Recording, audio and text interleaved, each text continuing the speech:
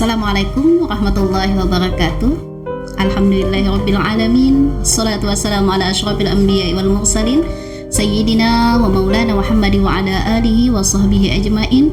Rabbi shrah li sadri wa yassir li amri wahlul 'uqdatam min lisani yafqahu qawli. Amin amma ba'du. Pemirsa Al-Hamid Channel yang dirahmati oleh Allah Subhanahu wa taala, pada hari ini kita akan membahas tentang zakat fitrah yang insya Allah sebentar lagi akan kita tunaikan sebagai kewajiban kita umat muslim di bulan Ramadan menuju kepada Hari Raya Idul Fitri. Alhamdulillah, begitu banyak rahmat dan nikmat yang kita rasakan di bulan Ramadan ini. Mudah-mudahan rahmat dan nikmat yang kita rasakan kita bisa salurkan kepada orang-orang yang memang berhak menerima, terutama masalah zakat fitrah. Zakat fitrah adalah zakat jiwa yang mana diwajibkan dikeluarkan bagi setiap muslim, baik laki-laki maupun perempuan, tua, muda, anak-anak, bayi, semuanya wajib mengeluarkan zakat fitrah. Adapun kewajiban membayar zakat fitrah, ada syarat wajibnya. Yang pertama, wajib beragama Islam. Jadi apabila ada orang di luar agama Islam, maka dia tidak wajib membayarkan zakat fitrah.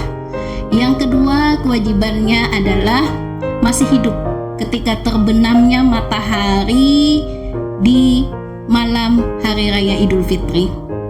Nah, jadi orang yang merasakan terbenamnya matahari, otomatis dia sudah merasakan Ramadan. Hal ini tidak berlaku bagi bayi yang lahir setelah terbenamnya matahari. Nah, misalkan nih habis maghrib lahir anak laki-laki ataupun perempuan di malam hari raya, maka dia tidak diwajibkan untuk membayar zakat fitrah. Kenapa? Karena tidak merasakan Ramadan. Sedangkan bagi misalkan nih ada orang tua yang sakit-sakitan, sedangkan menjelang berbuka puasa di hari terakhir Ramadan, 5 menit ataupun 10 menit sebelum berbuka puasa, sebelum tenggelamnya matahari, beliau wafat atau meninggal dunia dan belum merasakan terbenamnya matahari pada waktu itu, maka tidak wajib juga membayarkan zakat fitrahnya. Jadi syarat yang kedua ini dia merasakan hidup pada waktu Ramadan walaupun sebentar dan merasakan terbenamnya matahari di malam Hari Raya Idul Fitri. Syarat yang ketiga yaitu memiliki kelebihan makanan pada malam Hari Raya Idul Fitri dan siangnya, baik itu untuk dirinya maupun tanggungannya. Nah, siapa saja yang menjadi tanggungannya? Misalkan anak-anak, yang menanggungnya berarti adalah orang tuanya. Orang tua yang sudah tidak bisa bekerja, berarti yang menanggungnya adalah anaknya. Nah, bukan termasuk di sini misalkan di sebuah sekolah ataupun yayasan, seorang direktur misalkan dia tidak termasuk menanggung anak buah atau karyawannya atau guru-guru yang bekerja di sekolah yang dia kelola. Nah, jadi yang maksud tanggungannya di sini orang yang sehari-harinya hidup bersama dia dan wajib dia nafkahi.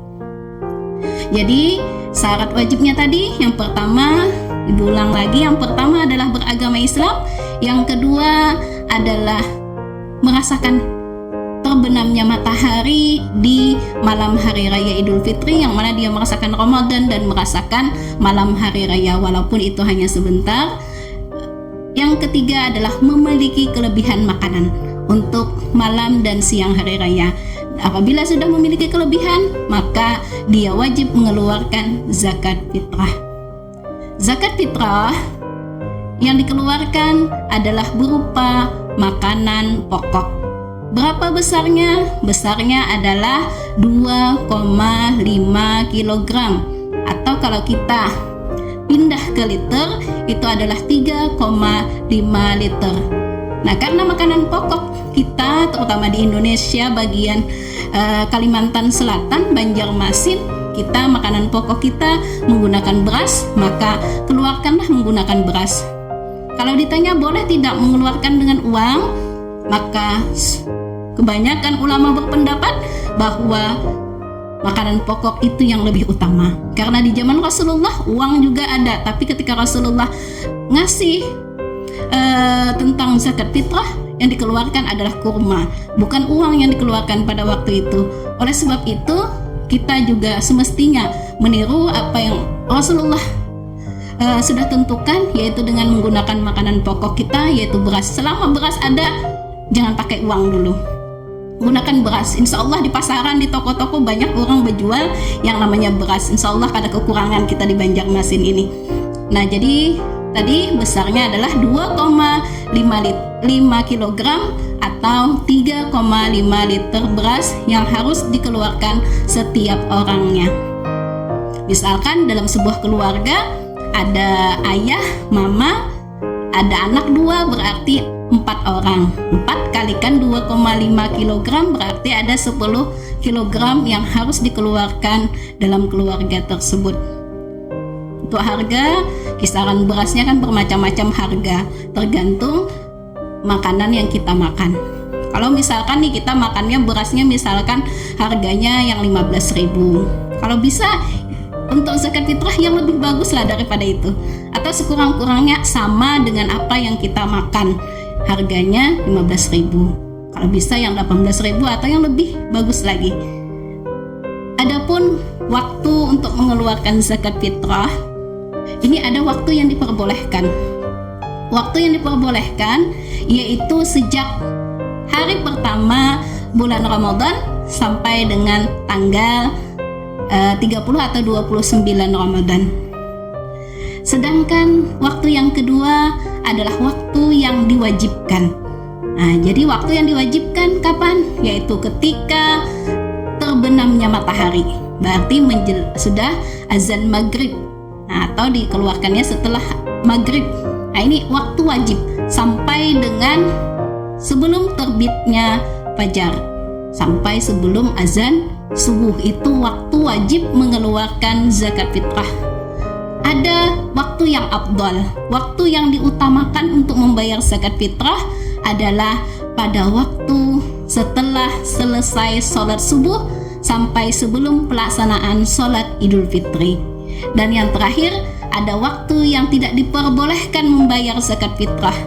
Kapan waktunya? Yaitu setelah selesai sholat Idul Fitri. Nah, jadi diusahakan jangan sampai kita membayar zakat fitrah melewati daripada sholat Idul Fitri, karena ketika sudah lewat sholat Idul Fitri, zakat yang kita keluarkan tidak bernilai zakat fitrah lagi, tapi hanya sedekah biasa.